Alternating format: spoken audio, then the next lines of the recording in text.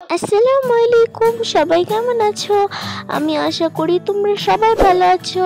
আজকে আমরা শিখব বিদ্যালয় লাইব্রেরি প্রতিষ্ঠার জন্য আবেদন। এই দরখাস্তটি তো চলো শুরু করি।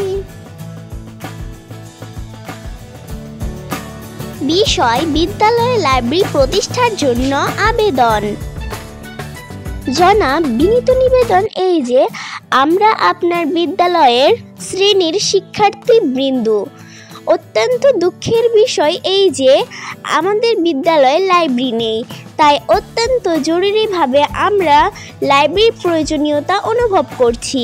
এতে আমাদের বই পড়ার ইচ্ছা আরও বেড়ে যাবে। অতএব জনাবের নিকট বিনীত প্রার্থনা, উক্ত বিষয়টি বিবেচনা করে আমাদের বিদ্যালয়ে লাইব্রেরি প্রতিষ্ঠা করে আমাদের উপকৃত করবেন। ধন্যবাদ বন্ধুরা, আমাদের পুরো ভিডিওটি দেখার জন্য। চলে আসবো অন্য কোনো ভিডিও নিয়ে। আজ এই পর্যন্তই। আসসালামু আলাইকুম।